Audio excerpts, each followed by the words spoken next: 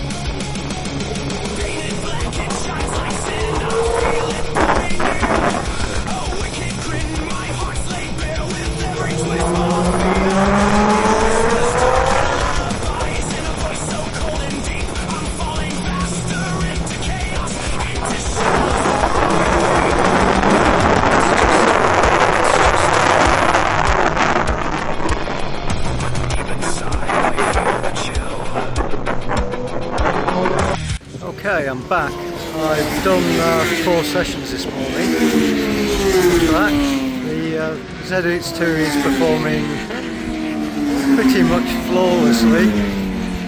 No issues whatsoever. The side stand that I modified has stayed well clear of the tarmac. That isn't rubbing at all.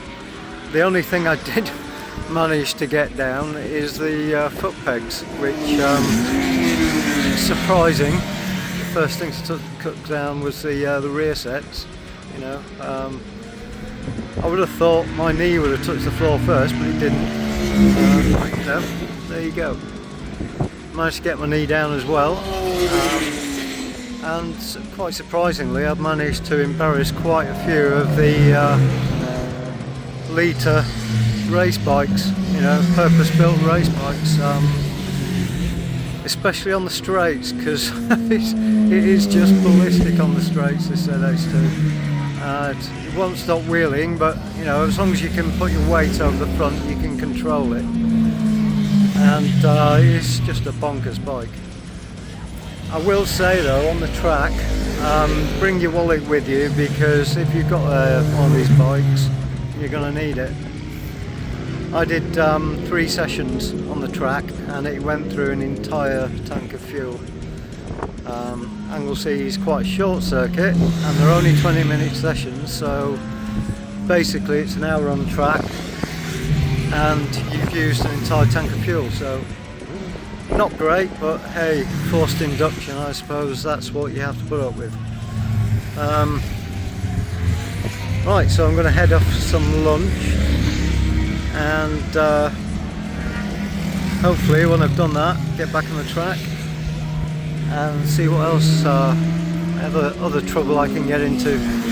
In my second session on the track, on the hairpin at the top of the hill there, you see all the riders just coming down it now. GSXR wiped out in front of me, so if you didn't see that in the video, I would suggest you scroll back in the video and see it, because he was literally 4 feet in front of me when he fell off at the hairpin. Scared the hell out of me because I didn't have a lot of room to get out of the way, but I did manage to get out of the way without hitting him. You know, that's one of the perils when you're on track.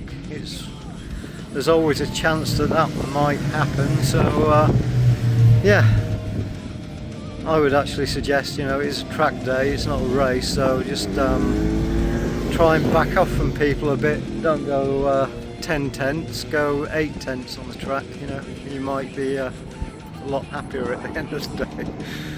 Well, yeah, I'm going to grab some lunch and I'll be back shortly.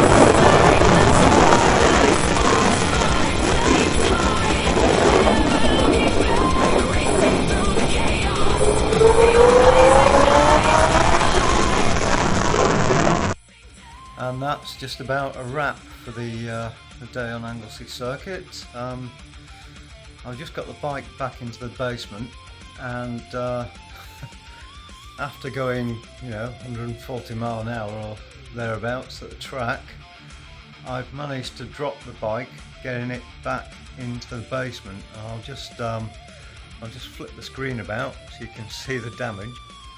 Not particularly pleased about this, but yeah, I managed to snap off the instrument cluster. There's a big hole in the back of it. You see that? You see all the electronics inside. Now, thankfully, not a lot of other damage has been done. There is a slight scrape here on the plastic, which I may be able to buff out. If not, I'll just get a carbon fibre piece for the fairing here. Quite expensive, £300 or thereabouts. And there is a tiny scratch on the paintwork right here. Apart from that, no damage. Oh, there's another little scrape here. So I'm going to have to try and buff that out. Thankfully nothing else was damaged. So yeah, bit stupid of me. I'm going to have to watch what I'm doing when I'm pulling the bike back into the basement. Now you just go around here.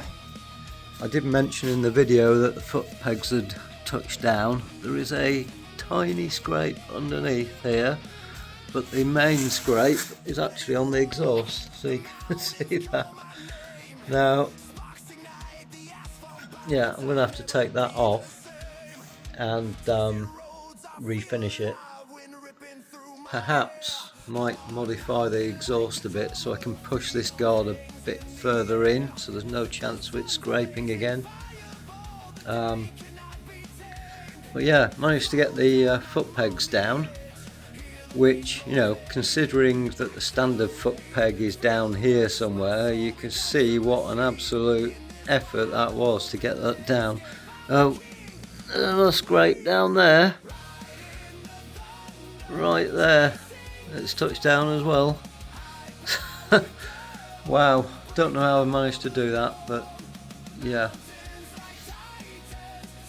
I think I'll have to make more effort next time on the track to keep the bike more upright and lean further off the bike, because yeah, damage like that is not cheap to fix. But apart from that, you can see the rear tyre is pretty much goose now. That's only had 2 sessions on the 2 days on the track and a trip to the TT, but you can see that it is perhaps below the legal limit there now for the road, so I may have to just whip that off and put a new one on again. It's not done a lot of miles, I have to say, but you can see how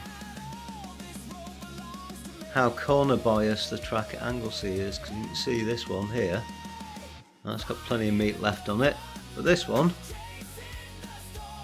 yeah, that will be down to the canvas pretty soon.